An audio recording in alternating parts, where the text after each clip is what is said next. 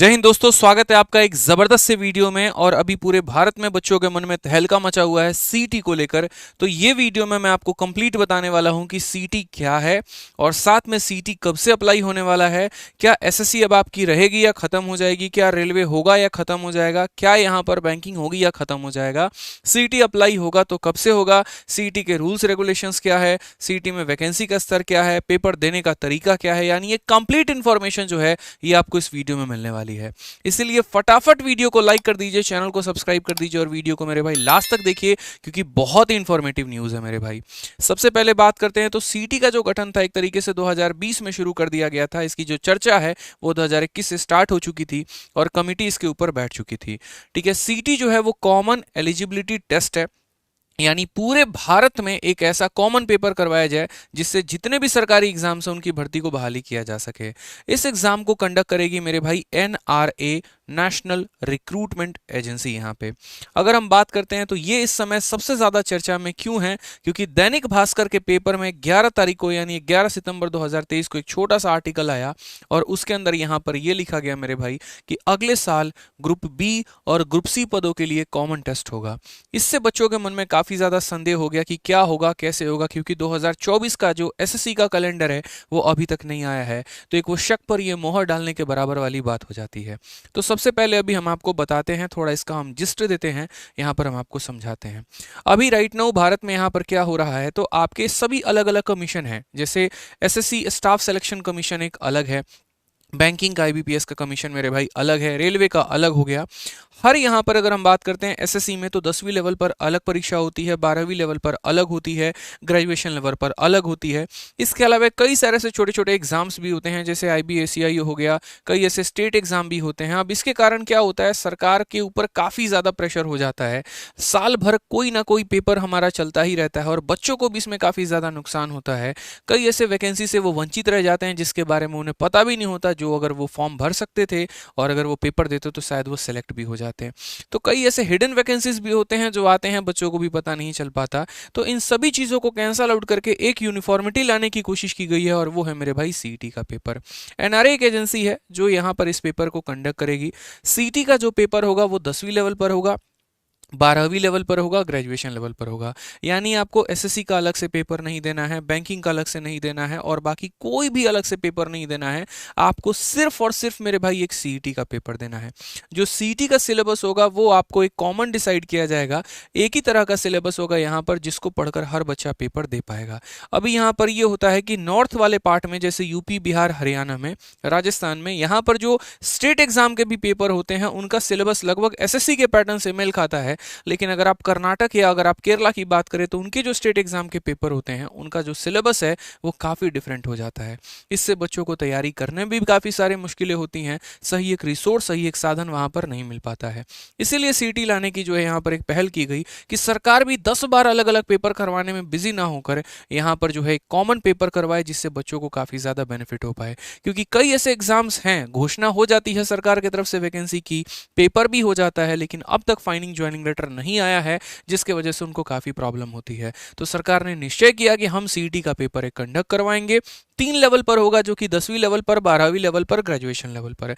जो जहां तक जिसकी एजुकेशनल क्वालिफिकेशन है वो वहां तक का पेपर दे पाएगा। जैसे मैं ग्रेजुएट हूं, मैं तीनों पेपर दे सकता हूं। मैंने सिर्फ 12 पास किया है तो मैं 10वीं और 12वीं का पेपर दे सकता हूं, और अगर मैंने सिर्फ 10th पास किया है तो मैं 10वीं लेवल के जितने भी पेपर है वो मेरे भाई दे पाऊंगा। सिलेबस एक कॉमन डिसाइड किया जाएगा और उसी के आधार पर हमारा जो पूरा पेपर होगा वो होगा। सीईटी साल में 2 बार पेपर करवाएगा मेरे भाई यहाँ पर, और आप उस पेपर में जो स्कोर कर पाएंगे वो आपका स्कोर कार्ड 3 साल तक वैलिड होगा। 3 साल तक आपको उसके लिए कोई परेशानी होने की जरूरत नहीं है। उसके बाद पहला चरण जब आप पेपर दे देंगे तो उसके बाद दूसरा चरण के लिए, जैसे मानिए सीजल के जो पोस्ट होते हैं उसके लिए थोड़ा हो सकता है अलग आपको पेपर देना पड़े या कुछ अलग क्राइटेरिया हो। बैंक में जाने के लिए आपको थोड़ा सा अलग क्राइटेरिया वहां से डिसाइड हो जाए। मतलब ये है, ऐसे समझ लीजिए, प्री का पेपर हुआ वो सीईटी है, और उसके बाद अलग अलग आपको डिपार्टमेंट में जाना है तो हो सकता है उसके लिए आपको मेंस का पेपर देना पड़े या अलग अलग क्राइटेरिया उसको फॉलो करना पड़े। ठीक है, सीटी एक अच्छी पहल है सरकार के द्वारा, लेकिन यहाँ पर इसको प्रोसेस को होते होते काफी एक लंबा समय लग गया और हो सकता है ये 2024 से अप्लाई हो जाए, क्योंकि कमेटी अपने रिपोर्ट के साथ पूरा तैयार है और उसी के बारे में यहाँ पर पूरा का पूरा मेरे भाई बात कहा गया है। अगर हम बात करते हैं यहाँ पर सीटी के स्कोर कार्ड को लेके, तो बच्चों के मन में ये भी आशंका है, ऐसा तो नहीं कि कोई बच्चा एक बार टॉप कर लेगा तो बार बार हर फॉर्म को वो भरते रहेगा और अप्लाई करते रहेगा, तो उसके बारे में भी हम आपको वीडियो में बताने वाले हैं। तो सबसे पहले यहाँ पर ये जो पेपर आया उसमें लिखा गया, नेशनल रिक्रूटमेंट एजेंसी अगले साल से केंद्र ग्रुप बी और सी के पदों के लिए सीटी की भर्ती की परीक्षाएं शुरू करने वाली है। शुरुआत मई जून से स्नातक स्तर के कॉमन एलिजिबिलिटी टेस्ट से हो सकता है, यानी जो हमारा ग्रेजुएट लेवल है मेरे भाई, वहां से यहां पर हो सकता है। सीटी की सबसे अच्छी बात एक और भी है यहां पर कि जब ये पेपर करवाया जाएगा तो 117 जिलों के 1000 से अधिक परीक्षा केंद्र इसके अंदर शामिल होंगे, यानी लगभग आपका जो सेंटर है वो 100 से 150 किलोमीटर के बीच में आपको मिल जाएगा। ऐसा नहीं होगा कि हजारों किलोमीटर की दूरी तय करके आपको जाकर मेरे भाई पेपर देने की आवश्यकता होगी यहाँ पे। उसके बाद अगर हम बात करें तो ये जो सीईटी का स्कोर कार्ड होगा, इस स्कोर कार्ड के आधार पर केंद्र में अगर कोई वैकेंसी निकलती है, राज्य में अगर कोई वैकेंसी निकलती है, तो आप उस स्कोर कार्ड से इन पेपर्स को दे सकते हैं और ये मान्यता प्राप्त होगी। इनफैक्ट कई बार ऐसा भी हो सकता है कि जो प्राइवेट कंपनीज भी अगर रिक्रूटमेंट करनी चाहे तो आपके सीईटी को स्कोर के आधार पर वो आपको जॉब दे सकती है, इसकी भी संभावना है। अगर हम बात करते हैं यहाँ पर तो यही बात कहा गया कि राज्य सरकारें सार्वजनिक उद्यम और निजी क्षेत्र की भर्तियां कर सकेंगी। सीईटी स्कोर 3 साल के लिए वैध होगा और साल में 2 बार मेरे भाई परीक्षा होंगी। यह परीक्षाएं अभी तक सर्विस सिलेक्शन कमीशन यानी एसएससी, रेलवे रिक्रूटमेंट बोर्ड और institute of banking personal selection यानी आईबीपीएस जैसी अलग अलग एजेंसियों के जरिए होता था, लेकिन अब सबको मिलाकर एक ही जगह पर लाकर रखना है और वो मेरे भाई होगा सीईटी। यहां पर यानी अब आपका एसएससी का फॉर्म अलग से नहीं भरना होगा, बैंकिंग अलग से नहीं भरना होगा, आपको सिर्फ एक सीईटी का फॉर्म भरना होगा, सिर्फ उसी का पेपर देना होगा और उसी के माध्यम से आप यहां पर अलग अलग जगह चयनित हो पाएंगे। यहां पर कहा गया कि एनआरए के सभी सूत्रों के मुताबिक, जो कि हमारी एजेंसी है जो इस पेपर को कंडक्ट कराएगी, तो उसके सूत्रों के मुताबिक सीईटी के सिलेबस, एग्जाम के स्कीम, फीस, नॉर्मलाइजेशन के बारे में विशेषज्ञ परामर्श कमेटी की रिपोर्ट तैयार हो चुकी है। ये बहुत इंपॉर्टेंट बात है। इसके पहले जो नोटिफिकेशन आया था वहां पर कहा गया था कि ऐसा ऐसा होगा, लेकिन वो होगा और कैसे होगा इसके बारे में कमेटी को भी नहीं पता था, उन्होंने वक्त लिया। 3-4 साल के बाद आज कमेटी अपने आप फुल भाई साहब मोड में है, वो पूरा अपने आप को तैयार कर चुकी है कि भैया हमसे सिलेबस पूछ लो हम वो बता देंगे, हमसे नॉर्मलाइजेशन पूछ लो हम वो बता देंगे, क्योंकि ये पूरे भारत को लेकर एक बहुत बड़ा मेरे भाई स्टेप है यहाँ पे। तो कमेटी जो है हर एक पॉइंट को फूक फूक के चल रही होगी और उसने अपने बढ़िया तरीके से मेरे भाई सभी चीजों को तैयार कर भी लिया है। अगर हम बात करते हैं तो एनआईसी, हालांकि एनआई और होना चाहिए, तो यहां पर एनआईसी, ठीक है, एनआईसी की ओर से, ठीक है, एनआरए की परीक्षाओं के लिए डिजिटल प्लेटफॉर्म के परीक्षण का भी काम की अंतिम चरण में है और एनआरए ने रेलवे बोर्ड, बैंकिंग संस्थान और सेवा चयन आयोग से इस संबंध में चर्चा भी शुरू कर दी है। क्योंकि अभी जैसे मानो मैं एनआरए हूं और मुझे यहां पर पेपर कंडक्ट कराना, तो अपने मर्जी से तो नहीं करा सकता, मुझे पहले बात करनी पड़ेगी बैंकिंग वालों से। हाँ भैया बताओ, तुमने अब तक कितने पेपर करवा दिए, कितनों की ज्वाइनिंग लेटर पहुंचा दी, कितनों का तुम्हारा पेपर अभी पेंडिंग में है। एसएससी से भैया बताइए आपने 2023 का जो प्रोसेस है वो फाइनल करवाया कि नहीं करवाया, 24 में आपके पास कितनी वैकेंसी है और क्या विचार है। तो यानी जब ये बैठेंगे, जब अलग अलग एजेंसी से बात करेंगे, जब एक परामर्श, एक निष्कर्ष वहां से निकलेगा कि अच्छा ठीक है अब हम इस डेट से जो है वो अप्लाई कर सकते हैं, यानी कमेटी अपने आप में तैयार हो चुकी है और अब ये फाइनल स्टेज पे सभी लोगों से मिलकर बात कर रही है कि अब हम मिलकर इसको किस तरीके से इंप्लीमेंट कर सकते हैं। पिछले महीने संसद की स्थायी समिति की रिपोर्ट में एजेंसी ने बताया था कि सीईटी के आयोजन की उसकी तैयारियां अंतिम चरण में है, लास्ट स्टेज में है मेरे भाई यहाँ पे, लेकिन 3 स्तर, 10वीं 12वीं और स्नातक पर एक साथ सीईटी आयोजित करने में उसे पहली बार में आवेदकों की बहुत बड़ी संख्या को संभालना होगा, क्योंकि भारत में आपको पता है अभी रेलवे का, एनटीपीसी का और बाकी जब ग्रुप डी का फॉर्म आया था लगभग 1.25 करोड़ के ऊपर फॉर्म भरे गए थे और वो की एक बहुत बड़ी संख्या थी, क्योंकि जितने फॉर्म भरे जाते हैं उतने ही मेरे भाई सेंटर भी अलॉट करना पड़ता है, उतनी ही संख्या मतलब बच्चों की सेंटर भी अलॉट करनी पड़ती है और सरकार के लिए बहुत प्रेशर हो जाता है। ट्रेनों को एक तरीके से स्पेशल ट्रेन बाहर करना, सेंटर्स को नियुक्त करना, बच्चों के ठहरने की व्यवस्था करना, तो काफी मुश्किल हो जाती है। इसके बाद समिति ठीक है। इसके बाद समिति ने ग्रेजुएट लेवल की सीईटी से शुरुआत करने की सिफारिश की कि भाई देखो 10वीं 12वीं हम कर लेंगे, पहले ग्रेजुएट लेवल वाला पेपर हम कर लेते हैं। ठीक है। और सिफारिश करने के बाद कमेटी ने जब तक एनआरए सीईटी शुरू नहीं कर पा रहा है तब तक रेलवे भर्ती बोर्ड से परीक्षा केंद्र बढ़ाने की सिफारिश की है कि भैया रेलवे वाले तब तक एक काम करो, तुम कम से कम अपने सेंटर तो बढ़ाओ, यहाँ पर बाकी चीज़ों को बढ़ाओ, ताकि आवेदकों को 100-200 किलोमीटर के दायरे में परीक्षा केंद्र मिल जाए। और बैंकिंग भर्ती एजेंसी से भी कहा कि वो एक बार अपनी 1.25 लाख की परीक्षा क्षमता को बढ़ोतरी भी मेरे भाई करे।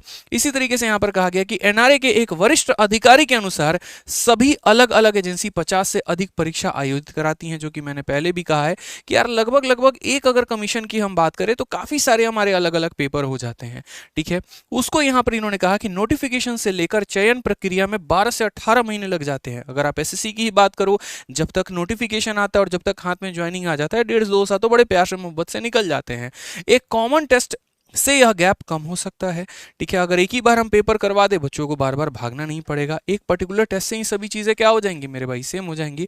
तो उदाहरण के लिए बीते 5 वर्षों में, जैसे उन्होंने एग्जाम्पल भी दिया यहाँ पर, उन्होंने कहा कि देखिए रेलवे में अभी क्या चल रहा है, इस प्रकार की कहानी चल रही है कि अगर हम रेलवे में ही बात करें तो पिछले 5 वर्षों में रेलवे रिक्रूटमेंट बोर्ड ने 7 नोटिस के जरिए ग्रुप सी के 2,83,747 पदों की रिक्तियों के लिए परीक्षा कराई।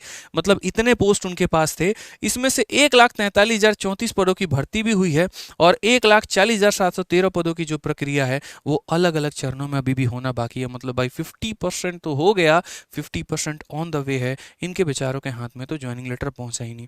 अब इससे सोचो एक कैंडिडेट बेचारा कितना परेशान यहाँ पर हो रहा होता है, कितनी मुश्किलों का सामना करना पड़ता है। तो इन सभी चीज़ों को बंद करके यहाँ पर एक बात हुआ है कि अब सीईटी को लेकर आएंगे और लागू करेंगे। ठीक है। इसलिए उल्लेखनीय यह है कि केंद्र ने दिसंबर 2020 में एनआरए एजेंसी की स्थापना की थी। जैसा मैंने कहा था कि सुगबुगाहट 2020 से शुरू हो गई थी, कमेटी 2020 में बनी थी और अब कमेटी जो है 3 सालों में मेरे भाई अपने रिपोर्ट के साथ पूरा तैयार है। तो यही बात मेरे भाई यहाँ पर कहा गया और सीटी को पूरा अब लागने की कोशिश की गई है। ठीक है। तो आपको परेशान होने की आवश्यकता नहीं है, बहुत एक ड्रास्टिक चेंज यहाँ पर नहीं आएगा, ऐसा नहीं होगा पूरा सिलेबस ही बदल जाएगा, ऐसा नहीं होगा एक अलग लेवल का नॉर्मलाइजेशन आपको देखने को मिलने वाला है, बिल्कुल भी नहीं है। और इस बात से भी परेशान होने की आवश्यकता आपको नहीं है यहाँ पर कि कोई एक ही बर्ता जो है टॉप करता चला जाएगा और सारे पेपर्स में सारे यहाँ पर जो है वो ज्वाइनिंग वही लेगा, ऐसा बिल्कुल भी नहीं होगा।